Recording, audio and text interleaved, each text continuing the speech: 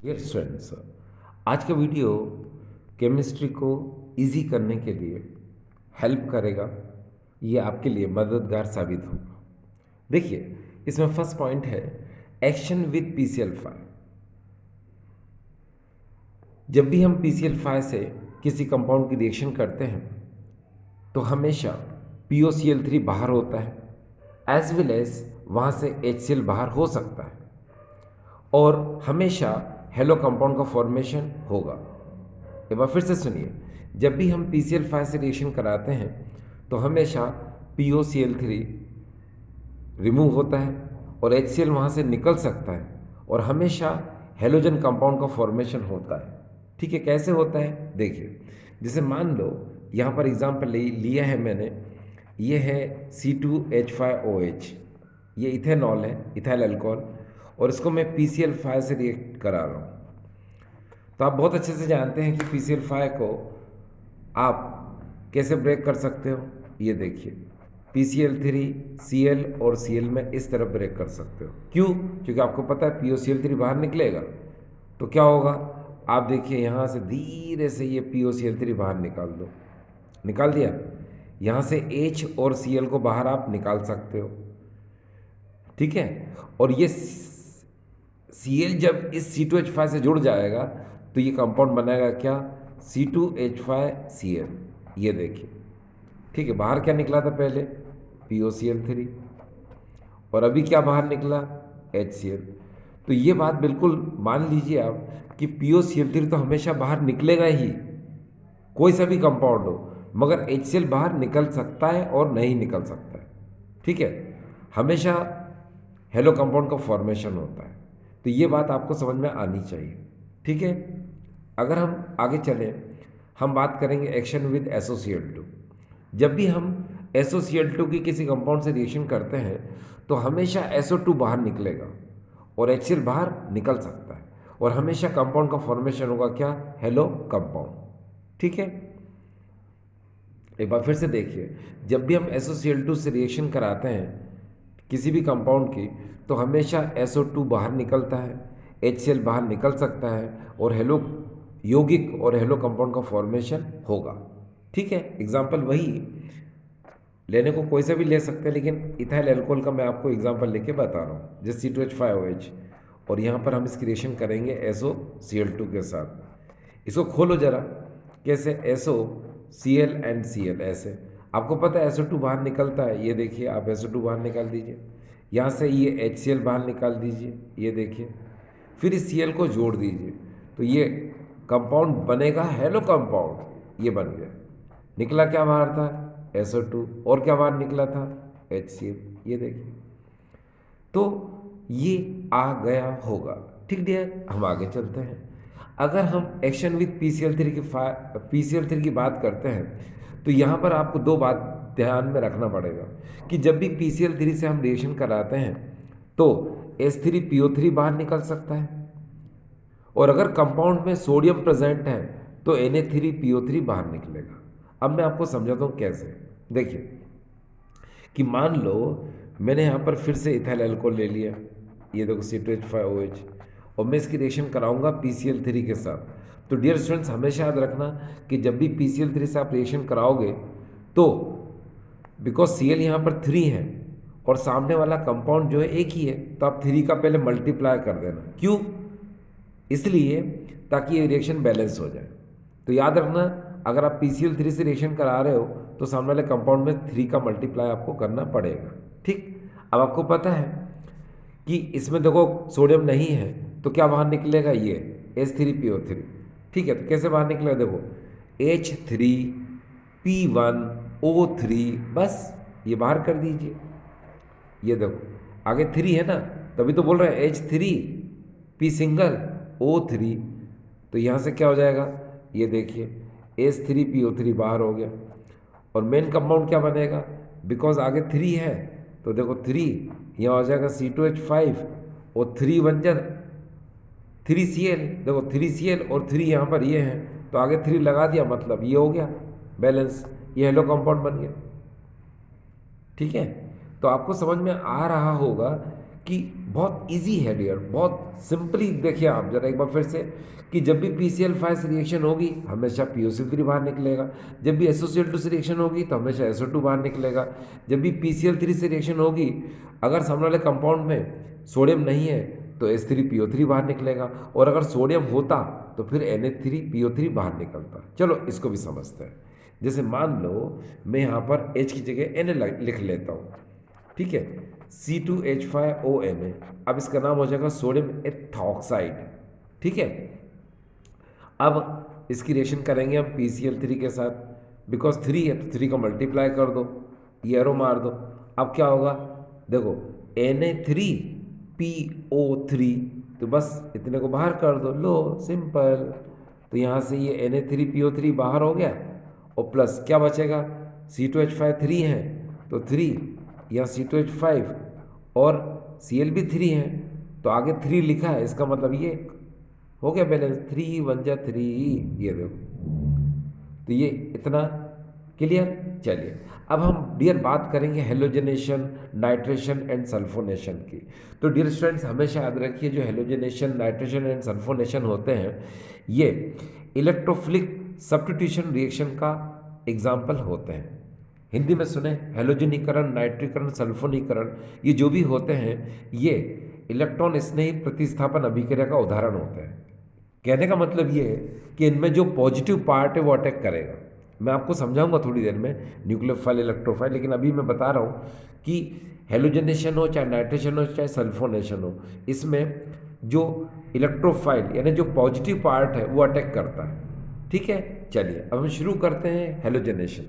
Dear students, halogenation शुरू करने से पहले आपको मैं एक बात बता दूं कि हेलोजनेशन जो है किस किस की प्रेजेंस में हो सकता है। सनलाइट की प्रेजेंस में हो सकता है, हेलोजन कैरियर यानी हेलोजन वाहक जैसे FeCl3, FeBr3 है ना, इनकी प्रेजेंस में हो सकता है, ठीक है। फोटोन की प्रेजेंस में हो सकता है, ठीक है। अल्ट्रावायलेट रेज की प्रेजेंस में हो सकता है, ठीक है। बस अभी जो हेलोजनेशन यानी हेलोजनीकरण है इसमें मैं बता दूंगा आपको कि सपोज ध्यान रखने वाली बात है कि अगर आप X2 लेते हो ऐसे, तो इसमें 2 X होते हैं, X एंड X, X जिसमें पॉजिटिव होता है और X क्या होता है, नेगेटिव। इसको आप ऐसे समझ सकते हैं, मान लो यहाँ पर ये Cl2 है, इसको ब्रेक करो तो ये Cl पॉजिटिव होता है, एक Cl क्या होता है इसमें, नेगेटिव होता है। तो याद रखना कि हेलोजनेशन हो, चाहे नाइट्रेशन हो, चाहे सल्फोनेशन हो, इनमें जो पॉजिटिव है ये वाला ही अटैक करता है, ठीक है। यानी ये वाला इलेक्ट्रोफाइल ही क्या करता है, अटैक करता है। अब जैसे एग्जांपल से आपको समझ में अच्छे से आ जाएगा।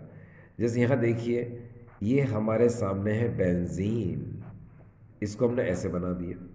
अब बेंजीन का फार्मूला आपको पता है C6H6 होता है। अब आपको ये भी पता है कि बेंजीन में CH हर जगह होते हैं, ठीक है। तो यहाँ एक को शो कर देते हैं, CH ऐसे शो कर देते हैं। अब हम इसकी रिएक्शन कराएंगे Cl2 के साथ, और यहाँ पर मैंने जो प्रेजेंस बताई थी आप उनकी प्रेजेंस ले सकते हो। यहाँ पर मैं ले रहा हूँ FeCl3 की प्रेजेंस ले रहा हूँ, ये ले लो, ये हेलोजन कैरियर हो जाएगा, ठीक है। या आप चाहो तो FeBr3 की भी प्रेजेंस ले सकते हो, जैसे आप चाहो तो सनलाइट की भी प्रेजेंस ले सकते हो, आप चाहो तो अल्ट्रावायलेट रेस की भी प्रेजेंस ले सकते हो, आप चाहो तो फोटोन की भी प्रेजेंस ले सकते हो, ठीक है। अब होता क्या डियर, जरा ध्यान से देखिए कि इस Cl को आप इस तरह से ब्रेक करो, एक प्लस वाले को एक माइनस वाले को। तो ये जो प्लस वाला है इसको हम लोग बोलते हैं इलेक्ट्रोफाइल। ये इलेक्ट्रोफाइल ही क्या करता है, अटैक करता है यहाँ पर हेलोजनेशन को। कैसे अटैक करता है तो समझा देता हूँ मैं आपको, सुनिए डियर। ये जो बेंजीन है, बेंजीन में रेजोनेंस होता है, अनुनाद होता है, जिसकी वजह से क्या होता है कि ये जो शेयर्ड पे इलेक्ट्रॉन है वो कार्बन की तरफ आ जाते हैं, यानी कि वो इलेक्ट्रॉन इस तरफ आ जाते हैं ऐसे। तो जिसकी वजह से इस पर प्लस साइन आता है और कार्बन पर क्या आता है, माइनस साइन। बस इतनी सी बात ध्यान रखो। अब क्या होगा, ये जो माइनस कार्बन पर आया है यहाँ पर ये Cl प्लस वाला अटैक कर देगा। ये H पॉजिटिव इस Cl नेगेटिव के साथ क्या हो जाएगा, यहाँ से ये बाहर निकल जाएगा, बस हो गई रिएक्शन। देखिए यहाँ पर Cl जुड़ गया और यहाँ से HCl बाहर निकल गया। अब आपको पता जब यहाँ से H निकल चुका होगा तो यहाँ बचेगा C6H5 और उस H की जगह पे क्या आ चुका है, Cl। ठीक डियर, तो ये आपको समझ में आ रहा होगा। इसको हम लोग बोलते हैं बेंजीन और इसको हम लोग बोलते हैं क्लोरोबेंजीन। ठीक है, अब हेलोजनेशन के जस्ट बाद अगर हम आगे की तरफ चलते हैं डियर, तो इस समय हम पढ़ने जा रहे हैं नाइट्रेशन। ये देखिए अगला आपके लिए है नाइट्रेशन।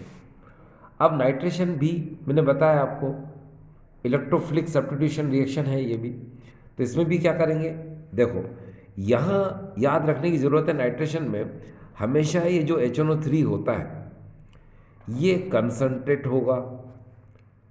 ठीक है, और किसकी प्रेजेंस में नाइट्रेशन होता है, तो ये भी याद रखना कंसंट्रेटेड H2SO4 की प्रेजेंस में होता है।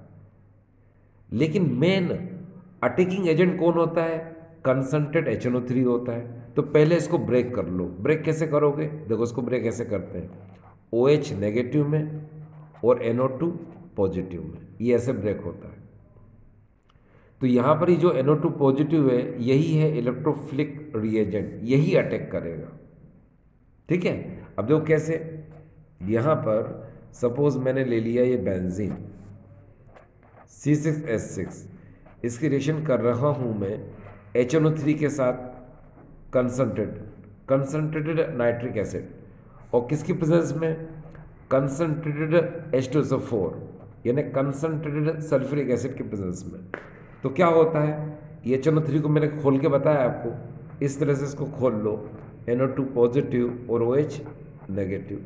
मैंने आपको कहा था बेंजीन में यहाँ C और H होता है। ठीक है, इलेक्ट्रॉन का मूवमेंट नीचे की तरफ होगा तो ये पॉजिटिव और ये नेगेटिव होगा। अब इस नेगेटिव पे ये पॉजिटिव वाला अटैक करेगा, यहाँ से ये वाला H इस OH के साथ मिलके वाटर बना लेगा। और NO2 तो लिंक हो ही चुका है। तो ये देखिए यहाँ पर हम इस NO2 को जोड़ देते हैं, ऐसे ये जोड़ दिया और यहाँ से क्या निकला, वाटर। ये देखिए पानी निकल गया। ठीक, इसको हम लोग कहेंगे नाइट्रोबेंजीन।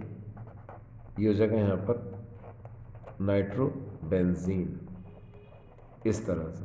ठीक है, अब हम अगला समझने की कोशिश करते हैं। इस समय हमारे पास है सल्फोनेशन।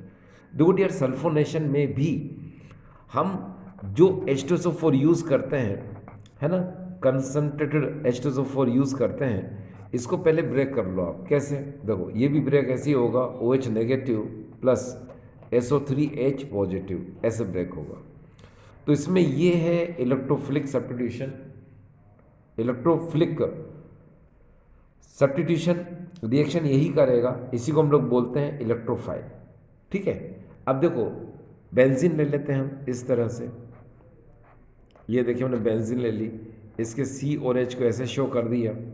ठीक है, फार्मूला पता है आपको, C6H6, और यहाँ पर हम इसको रिएक्ट कराएंगे H2SO4 के साथ जो कि कंसंट्रेटेड है ना। इसको खोल लीजिए डियर स्टूडेंट्स, H2SO4 कैसे, देखो ऐसे SO3H और OH में ऐसे। अब क्या होगा, ये SO3H पॉजिटिव होता है, OH नेगेटिव होता है, तो ये SO3H पॉजिटिव अटैक करेगा कहाँ पर, यहाँ पर। क्यों, क्योंकि आपको बताया था बेंजीन में रेजोनेंस होता है तो इलेक्ट्रॉन का मूवमेंट नीचे की तरफ आएगा, H से C की तरफ। तो H पे प्लस साइन आएगा, कार्बन पे माइनस साइन आएगा, तो इस माइनस पर ये प्लस वाला अटैक करेगा और ये H प्लस इस OH नेगेटिव के साथ वाटर बना लेगा। ठीक है, तो वाटर बनता हुआ ये देख लिया आपने। अब प्लस इस पर अटैक करा है आपने, तो क्या होगा वो देख लीजिए, यहाँ पर हो जाएगा बेंजीन और यहाँ पर हो जाएगा ये SO3H। ठीक, अब इसका नाम क्या होगा डियर, तो देखिए इसका नाम है बेंजीन सल्फोनिक एसिड। तो यहाँ पर इसका नाम हो जाएगा बेंजीन और हो जाएगा ये सल्फोनिक। ये देखो बेंजीन सल्फोनिक एसिड, ये हो गया। ठीक, हम आगे चलते हैं। इस समय हम बात करें एलिफेटिक कंपाउंड। ये एलिफेटिक कंपाउंड क्या होते हैं, तो सुनिए, ऐसे ऑर्गेनिक कंपाउंड्स जिसमें C6H5 ग्रुप नहीं होता है, जिसमें भी ये C6H5 ग्रुप नहीं होगा वो एलिफेटिक कंपाउंड होगा। ठीक है, याद रखना, इसको हम लोग बोलते हैं फिनाइल ग्रुप। जिसमें फिनाइल ग्रुप नहीं होगा वो एलिफेटिक कंपाउंड या एलिफेटिक यौगिक होगा। ठीक, अगर हम आगे चलें, एरोमेटिक कंपाउंड क्या होगा?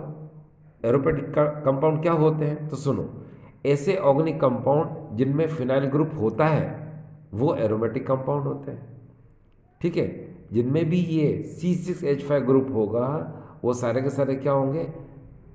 एरोमेटिक कंपाउंड होंगे। ठीक है, बस। तो यहाँ से आपको समझ में आ गया, एलिफेटिक का मतलब जिसमें ये ग्रुप नहीं हो, एरोमेटिक मतलब जिसमें ये ग्रुप हो। ठीक है, चलिए अब हम आगे चलते हैं। इस समय हम बात कर रहे हैं डियर, ये देखिए एरोमेटाइजेशन की। अब बात ये आती है कि एरोमेटाइजेशन क्या होता है, इसको हिंदी में कहते हैं एरोमेटिकरण। क्या होता है? तो सुनिए, वो प्रोसेस जिसमें एलिफेटिक कंपाउंड एरोमेटिक कंपाउंड में कन्वर्ट होता है, वो प्रोसेस जिसमें एलिफेटिक कंपाउंड एरोमेटिक कंपाउंड में कन्वर्ट होता है उसे हम बोलते हैं एरोमेटाइजेशन। हिंदी में सुने, वह प्रक्रम जिसमें एलिफेटिक यौगिक एरोमेटिक यौगिक में परिवर्तित होता है उसको हम लोग कहते हैं एरोमेटिकरण। अब ये कैसे होता है? चलो देखिए, सबसे पहले हम लेंगे नॉर्मल हेक्सेन। ये देखिए CH3, यहाँ पर CH2, यहाँ पर ये CH2, ये CH2, ये CH2 और CH3। ये देखिए 1 2 3 4 5 6। तो डियर इसको हम लोग कहते हैं नॉर्मल हेक्सेन। ये नॉर्मल हेक्सेन। अब क्या होता है कि हम एरोमेटाइजेशन कर रहे हैं, एरोमेटिकरण कर रहे हैं, तो उसके लिए हम यहाँ पर प्रेजेंस लेंगे क्रोमियम ऑक्साइड की, और साथ में लेते हैं इसमें हम एल्यूमिनियम ऑक्साइड, जिसको कि हम कोरेंडम कहते हैं इसको। ठीक है, और यहाँ पर 600 डिग्री सेंटीग्रेड टेम्परेचर और 1500 ATM प्रेशर लेते हैं। तो इस पर क्या होता है कि ये जो एलिफेटिक कंपाउंड है ये एरोमेटिक कंपाउंड में कन्वर्ट हो जाता है। कैसे कन्वर्ट हो जाता है? देखिए, इसमें कार्बन कितने डियर? 6।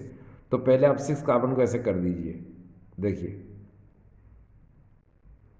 इस तरह से कर दीजिए, यहाँ पर ये 6 कार्बन हो गए। ठीक है, अब 6 कार्बन हो गए यहाँ पर। अब हाइड्रोजन भी इसमें 6 रहेंगे। ये देखो, अब हाइड्रोजन भी 6 हो गया इसमें। तो कार्बन 6 हो गया और हाइड्रोजन भी क्या हो गया डियर? इसके अंदर 6 हो गया। ठीक, कार्बन 6 है और हाइड्रोजन भी 6 है। अब हाइड्रोजन एक्स्ट्रा कितने बच गए?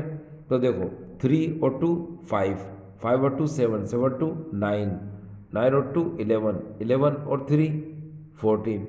तो यहाँ पर 6 चला गया, कितना बचेगा डियर? 4।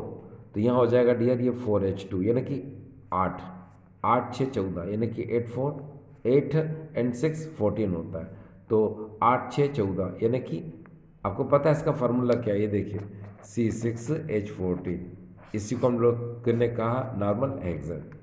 बोलो डियर, क्लियर? तो ये समझ में आ गया आपको कि एरोमेटाइजेशन में क्या होता है कि ये देखिए एलिफेटिक कंपाउंड को हम एरोमेटिक कंपाउंड में क्या करते हैं? कन्वर्ट करते हैं। तो उसको हम लोग क्या बोलते हैं? एरोमेटाइजेशन। केमिस्ट्री में electrophilic substitution reaction, nucleophilic substitution reaction होती हैं। केमिस्ट्री में इलेक्ट्रॉन स्नेही प्रतिस्थापन अभिक्रिया, नाभिक स्नेही प्रतिस्थापन अभिक्रिया होती है। तो डियर वही हम समझते हैं। देखिए हमारे सामने है इलेक्ट्रोफाइल, इलेक्ट्रोफिलिक रिएजेंट। ये क्या होते हैं? तो सुनिए, ये जितने भी इलेक्ट्रोफाइल या इलेक्ट्रोफिलिक रिएजेंट होते हैं इन पर हमेशा याद रखना कि पॉजिटिव चार्ज होता है। ये देखिए पॉजिटिव चार्ज होता है। जैसे अगर हम इनको देखें तो जैसे यहाँ पर Cl पॉजिटिव, Br पॉजिटिव, ठीक है, और अभी बताया था मैंने आपको NO2 पॉजिटिव, SO3H पॉजिटिव, ये ऐसे होता है। ठीक है, तो ये तो बात आपको पता चल रही है यहाँ पर कि इलेक्ट्रोफाइल जो होते हैं या फिर इलेक्ट्रोफिलिक रिएजेंट जो होते हैं उन पर क्या होता है? पॉजिटिव चार्ज होता है। लेकिन डियर कभी कभी कुछ मॉलिक्यूल ऐसे होते हैं जो न्यूट्रल होते हैं और उनका ऑक्टेट कंप्लीट नहीं होता, तो भी उनको हम क्या बोलते हैं? इलेक्ट्रोफाइली कहते हैं। ठीक है, याद रखना आप। यानी कि ऐसे उदासीन अणु जिनका अष्टक पूर्ण नहीं है उनको भी हम इलेक्ट्रोफिलिक रिएजेंट कहते हैं, उनको भी हम इलेक्ट्रॉन स्नेही अभिकर्मक कहते हैं। ठीक है, जैसे यहाँ देखिए आप, जैसे हम बात करेंगे BF3 की, ये तो यहाँ इसके ऑक्टेट कंप्लीट नहीं है। जैसे यहाँ पर हम बात करेंगे AlCl3 की, इसका भी ऑक्टेट कंप्लीट नहीं है। तो भले ही ये न्यूट्रल हैं, इन पर कोई चार्ज नहीं है, मगर याद रखना इनका ऑक्टेट कंप्लीट नहीं है, ठीक है। तो इनको क्या बोलेंगे हम? इलेक्ट्रोफाइल बोलेंगे। एक बात हमेशा याद रखना कि जितने भी इलेक्ट्रोफाइल होते हैं इन सबको डियर हम लोग बोलते हैं लुईस एसिड। क्या बोलते हैं इनको हम? लुईस एसिड, यानी कि इनको हम लोग बोलते हैं लुईस अम्ल कहते हैं। क्योंकि किसी भी केमिकल रिएक्शन में इलेक्ट्रॉन पेयर एक्सेप्ट करने की कोशिश करेंगे, किसी भी अभिक्रिया में ये इलेक्ट्रॉन युग्म ग्रहण करने की कोशिश करेंगे, इसलिए इनको हम लोग बोलेंगे लुईस एसिड। ठीक, हम आगे चलते हैं।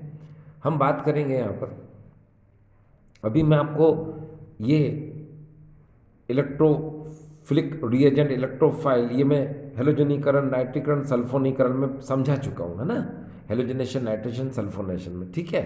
अब इनको देखें हम बात करेंगे यहाँ पर न्यूक्लियोफाइल और न्यूक्लियोफिलिक रिएजेंट की। तो डियर देखिए यहाँ पर क्या होता है कि इस पर चार्ज हमेशा जो होता है वो नेगेटिव चार्ज होता है। ये देखिए, जैसे एग्जाम्पल के तौर पर जैसे Cl नेगेटिव, ठीक है, जैसे यहाँ पर NO3 नेगेटिव, ठीक है, जैसे OH नेगेटिव, ठीक है, जैसे Cn नेगेटिव, ऐसे। लेकिन कभी कभी कुछ न्यूट्रल मॉलिक्यूल ऐसे होते हैं जिनका ऑक्टेट कंप्लीट होता है, उनको भी हम न्यूक्लियोफाइल बोलते हैं। कभी कभी कुछ अणु ऐसे होते हैं जिनका अष्टक पूर्ण होता है और वो उदासीन होते हैं, तो भी उनको क्या बोलते हैं हम? न्यूक्लियोफाइल, या फिर उनको बोलते हैं हम नाभिक स्नेह विकर्मक कहते हैं। जैसे एग्जाम्पल के तौर पर यहाँ देखिए HOH, ये क्या है डियर? वाटर मॉलिक्यूल है। अब देखिए 2 4 5 6 7 8, इसका ऑक्टेट कंप्लीट है, तो ये वाटर मॉलिक्यूल क्या होता है? न्यूक्लियोफाइल होता है। इसी तरह से अगर हम आगे देखें, यहाँ पर NH3 की बात करते हैं, तो यहाँ पर जो NH3 है इसका भी क्या होता है डियर? ऑक्टेट कंप्लीट होता है ना। तो ये भी क्या होगा? ये भी न्यूक्लियोफिलिक रिएजेंट यानी कि न्यूक्लियोफाइल होगा। तो यहाँ से आपको ये आइडिया लग चुका है कि न्यूक्लियोफिलिक रिएजेंट होते क्या हैं, जिन पर नेगेटिव साइन होता है, और ऐसे न्यूट्रल मॉलिक्यूल जिनका ऑक्टेट कंप्लीट होता है तो वो भी न्यूक्लियोफाइल या न्यूक्लियोफिलिक रिएजेंट होते हैं, ठीक है। और इलेक्ट्रोफाइल क्या होता है? जिन पर प्लस साइन होता है, या फिर ऐसे न्यूट्रल मॉलिक्यूल जिनका ऑक्टेट कंप्लीट नहीं होता। अब जैसे मैंने कहा आपको कि इनका ऑक्टेट कंप्लीट नहीं है, भले ये न्यूट्रल है, ठीक है, और इन पर देखिए प्लस साइन है, तो इनको क्या बोलते हैं हम? इलेक्ट्रोफाइल बोलते हैं। और आपको पता होना चाहिए जो इलेक्ट्रोफाइल होते हैं उनको क्या बोलते हैं हम? Lewis acid. इसी तरह से अगर आप इधर देखें, ये न्यूक्लियोफाइल है, इन्हीं को हम लोग न्यूक्लियोफिलिक रिएजेंट बोलते हैं, इन पर माइनस साइन होता है, और ये ऐसे न्यूट्रल मॉलिक्यूल है जिनका ऑक्टेट कंप्लीट है ना। तो ये न्यूक्लियोफाइल हैं, ये किसी भी केमिकल रिएक्शन में लोन पे इलेक्ट्रॉन डोनेट करने का काम करते हैं, इसीलिए इनको हम लोग बोलेंगे लुईस बेस। तो डियर याद रखिएगा, ये क्या होता है डियर? लुईस बेस होते हैं, ठीक, लुईस क्षारक की भांति व्यवहार करते हैं, ठीक है। चलिए हम आगे चलते हैं। देखिए यहाँ लिखा हुआ अल्काइलेशन, अल्काइलेशन को हम हिंदी में कहते हैं एल्कलीकरण। अब अल्काइलेशन हमेशा जो है, देखिए ये इसके अंदर RH रिएक्ट करता है, और इसमें जो प्रेजेंस हम लेते हैं वो एनहाइड्रस AlCl3 या फिर एनहाइड्रस हम BF3 की प्रेजेंस लेते हैं, ठीक। एक बार फिर से देखिए, अल्काइलेशन के अंदर, एल्कलीकरण के अंदर हम RH का मतलब हम यहाँ पर CH3Cl ले सकते हैं, ठीक है। हम रिएक्ट कराते हैं और प्रेजेंस लेते हैं यहाँ पर किसकी? उपस्थिति किसकी लेते हैं? निर्जल एल्यूमिनियम क्लोराइड या निर्जल बोरॉन ट्राइफ्लोराइड की लेते हैं। ये अल्काइलेशन या एल्कलीकरण किस तरह होता है? तो ज़रा एक नमूना देखिए आप, एग्जाम्पल देखिए।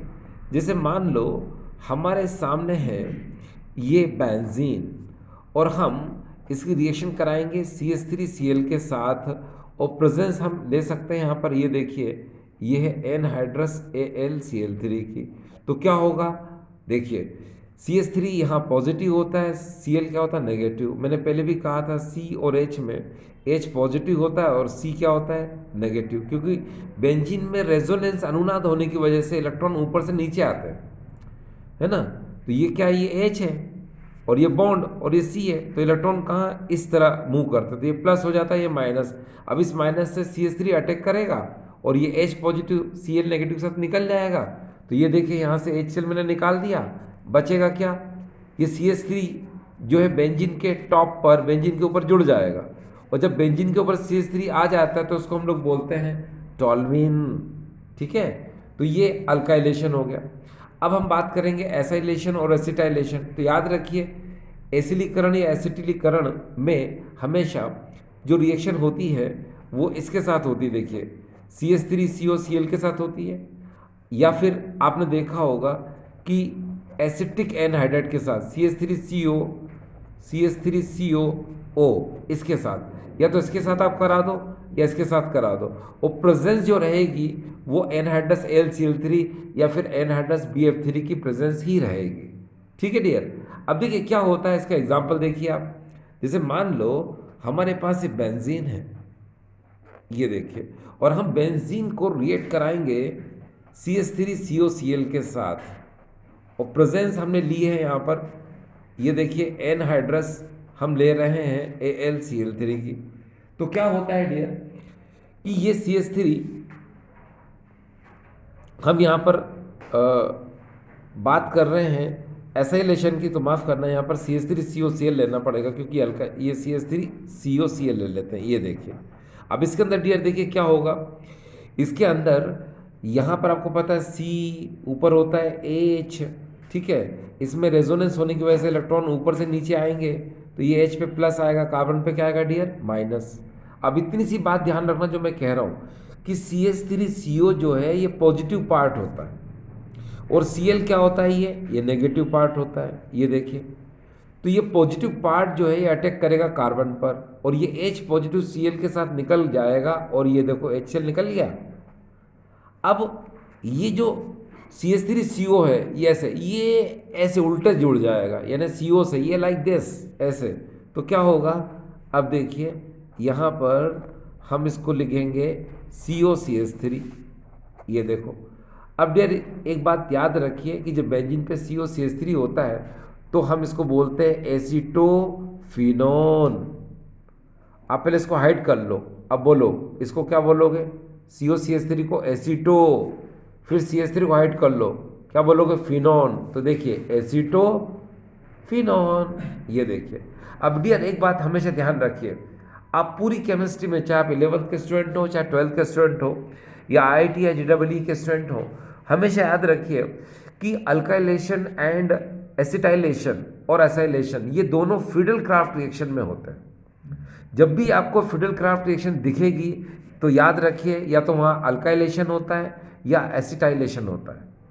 ठीक है, 11th क्लास में ये अल्काइलेशन एसाइलेशन साथ में दिया हुआ है, ठीक है, लेकिन 12th क्लास में ज़्यादातर अल्काइलेशन आपको अलग मिलेगा, एसाइलेशन अलग मिलेगा। तो आप समझ जाना क्या कि जब भी अल्काइलेशन होता है तो RX रिएक्शन होती है, और एसाइलेशन होता है तो आपके पास ऑप्शन है दो, या तो एसिटाइल क्लोराइड से रिएक्शन करा दो या एसिटिक एनहाइड्राइड से करा दो। ठीक डियर, चलिए हम आगे चलते हैं। इस समय हम बात कर रहे हैं हाइड्रोजनेशन और कैटालाइटिक हाइड्रोजनेशन की, हाइड्रोजनीकरण या उत्प्रेरकी हाइड्रोजनीकरण की।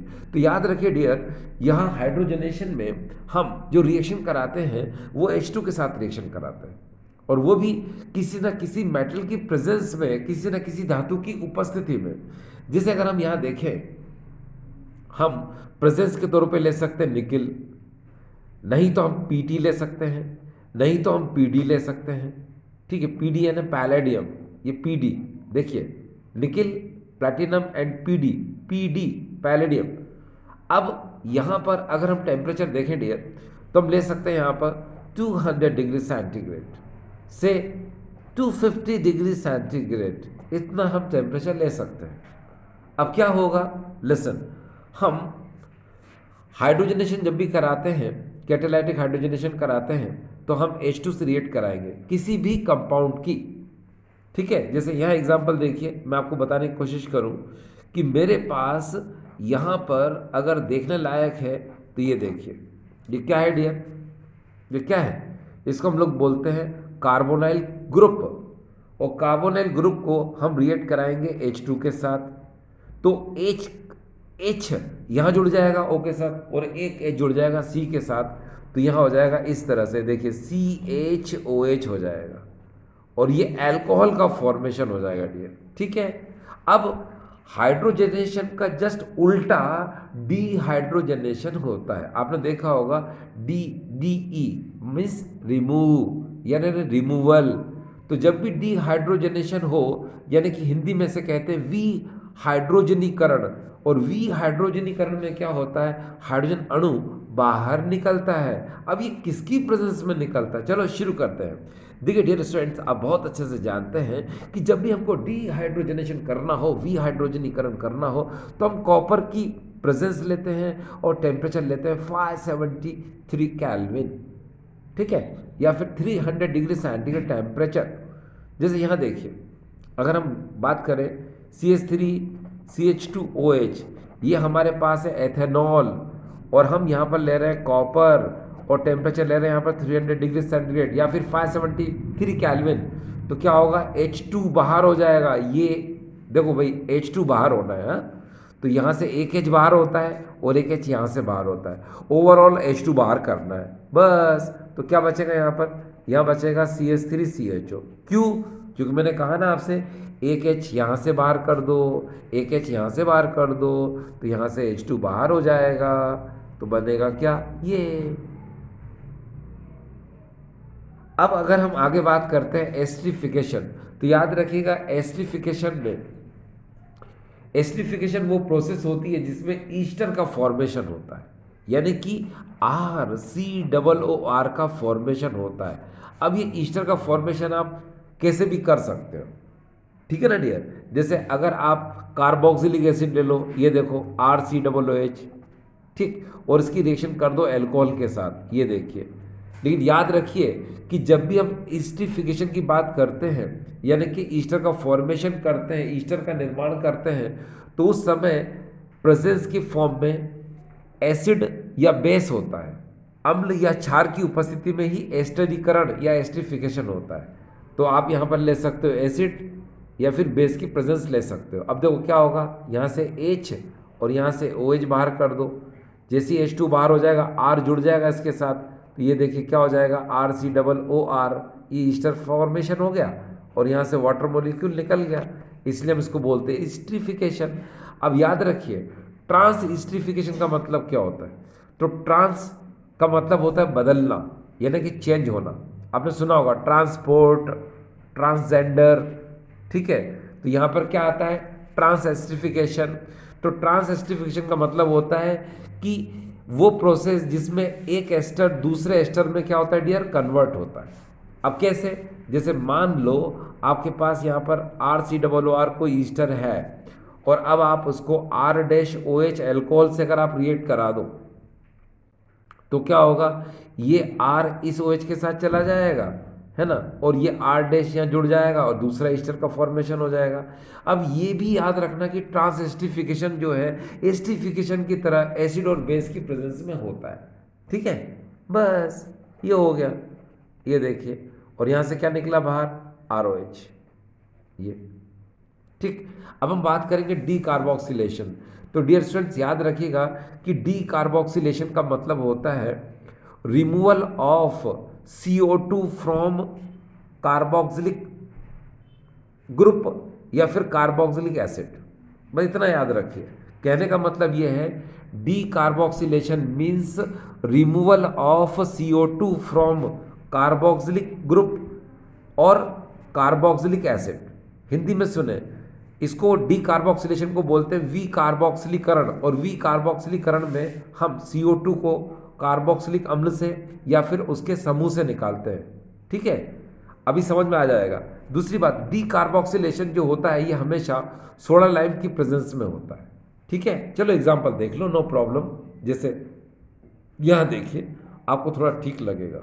जैसे मान लो मेरे पास है RCOO और मैं यहाँ पर ले रहा हूँ सोडा लाइम NaOH याद रखिएगा ये क्या है, ये सोडा लाइम।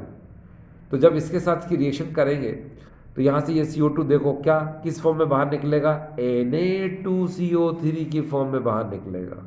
देखो Na2CO3 है ना, और ये जुड़ जाएगा इसके साथ, तो यहाँ बन जाने क्या ये RH, ये एल्केन बन जाएगा, और यहाँ से Na2CO3 क्या हो गया डियर, ये बाहर निकल गया। डियर देखिए आज का वीडियो ज़्यादा लंबा ना हो, है ना, इसके लिए आज हम ये ग्रिग्नार्ड रीजेंट हमारा आखिरी टॉपिक है, इसको और बताया था। देखो डियर स्टूडेंट्स, याद रखिए कभी कभी किसी केमिकल रिएक्शन में ग्रिग्नार्ड रीजेंट होता है तो स्टूडेंट थोड़ा ध्यान दीजिए, बहुत जल्दी आपको ये रिएक्शन बहुत इजी लगने लगेगी। स्टूडेंट कई लोग डर जाते हैं ग्रिग्नार्ड रीजेंट देखकर, देखो कैसे, जैसे ग्रिग्नार्ड रीजेंट नहीं हो गया, गिरगिट हो गया।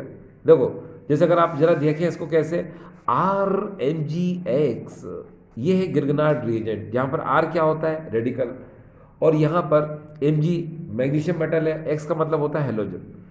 ऑब्वियसली हम ज़्यादातर आयोडाइड एंड Br लेते हैं, और कभी कभी हम Cl लेते हैं, F का यूज़ हम नहीं करते, है ना। अब देखो इसमें याद रखना, जब भी ग्रिग्नार्ड रिएजेंट होता है तो हम हमेशा R को क्या कहा मानते हैं डियर, R क्या मानते हैं, इसको नेगेटिव मानते हैं, और Mgx को क्या मानते हैं, पूरे को पॉजिटिव मानते हैं। ठीक है, ये ठीक है अकॉर्डिंग टू मी बोल रहा हूँ मैं, वैसे तो आपको पता है कि R ये नेगेटिव होता है, Mg पॉजिटिव होता है, X नेगेटिव होता है, लेकिन रिएक्शन में ऐसा नहीं होता। आप चाहो तो एग्जाम्पल देख लो, आपको बेहतर तरीके से समझ में आ जाएगा। देखिए ये हम आपको एग्जाम्पल के थ्रू समझाने की कोशिश करते हैं। जैसे मान लो हमने यहाँ पर ले लिया फॉर्मेल्डिहाइड, ये देखिए HC डबल बॉन्ड O और H, ये फॉर्मेल्डिहाइड है। हम इसकी रिएक्शन कराएंगे, ये देखिए CH3MgBr के साथ कर देते हैं। अब देखिए यहाँ पर अगर आप ध्यान से देख रहे हो कि C और O के बीच में डबल बॉन्ड है, यानी पाई इलेक्ट्रॉन है, और पाई इलेक्ट्रॉन का ट्रांसफॉर्मेशन क्या होता है, हमेशा कार्बन से ऑक्सीजन की तरफ होगा, यानी कि ऐसे। ये देखिए तो कार्बन ने इलेक्ट्रॉन दिया तो प्लस साइन आएगा, ऑक्सीजन लेगा तो माइनस साइन आएगा, आ गया। अब क्या होगा, यहाँ पर CH3 जो है माइनस साइन वाला है, और MgCl ये क्या है प्लस साइन वाला है ना। ठीक है, तो बस अब अटैक करा दो। चलो तो ये CH3 अटैक करेगा कहाँ पर, कार्बन पर, MgBr अटैक करेगा कहाँ पर, O पर। तो देखना क्या होगा, बहुत ध्यान दीजिएगा प्लीज़। ये देखिए HC, ये हो जाएगा H, और हम इस O के साथ अब हम जोड़ देंगे इसको, देखना कैसे जुड़ जाएगा। यहाँ पर एक तो ये CH3 जुड़ जाएगा, तो CH3 को डियर मैंने ऊपर जोड़ दिया, और O के साथ मैंने जोड़ दिया MgBr को, ये देखिए जोड़ दिया। अभी रिएक्शन पूरी नहीं हुई है, अब इसका आप क्या कराएंगे, हाइड्रोलिसिस कराएंगे तो मेन प्रोडक्ट बन जाएगा। ठीक है, अब देखो यहाँ पर मैं इसको H2 से रिएक्ट करा रहा हूँ, यहाँ पर ये देखिए तो क्या होगा, आपको पता है H और OH इस तरह आप लिख सकते हैं। अब देखिएगा मैं कुछ कहना चाह रहा हूँ, ग्रिग्नार्ड रीजेंट में RMgX फार्मूला होता है, R नेगेटिव MgX पॉजिटिव होता है, और यहाँ पर MgX की एक आदत होती है क्या, कि जब भी इसको कोई दूसरा फंक्शनल ग्रुप दिखाई देता है तो ये उसके साथ भाग जाता है। यस, यही एक बात है। तो ये MgX को देखो यहाँ क्या OH नज़र आ रहा है, ये देखिए ये इसके साथ क्या हो जाएगा, भाग जाएगा। जैसे ही ये भाग जाएगा इसके साथ, तो ये H इसके साथ लिंक हो जाएगा, और जब ये H इसके साथ लिंक हो जाएगा तो क्या बनेगा, CH3 CH2 OH, भाई CH3 CH2 OH। तो यहाँ देखिए मेन प्रोडक्ट बन जाएगा CH3 CH2 OH, ये बन गया। और यहाँ से क्या निकला था डियर, यहाँ से निकला था, उसको यहाँ लिख देता हूँ प्लस MgBr OH। ठीक डियर स्टूडेंट्स, तो आई होप डियर स्टूडेंट्स आज का वीडियो आपको समझ में आया होगा। ठीक है, थैंक यू।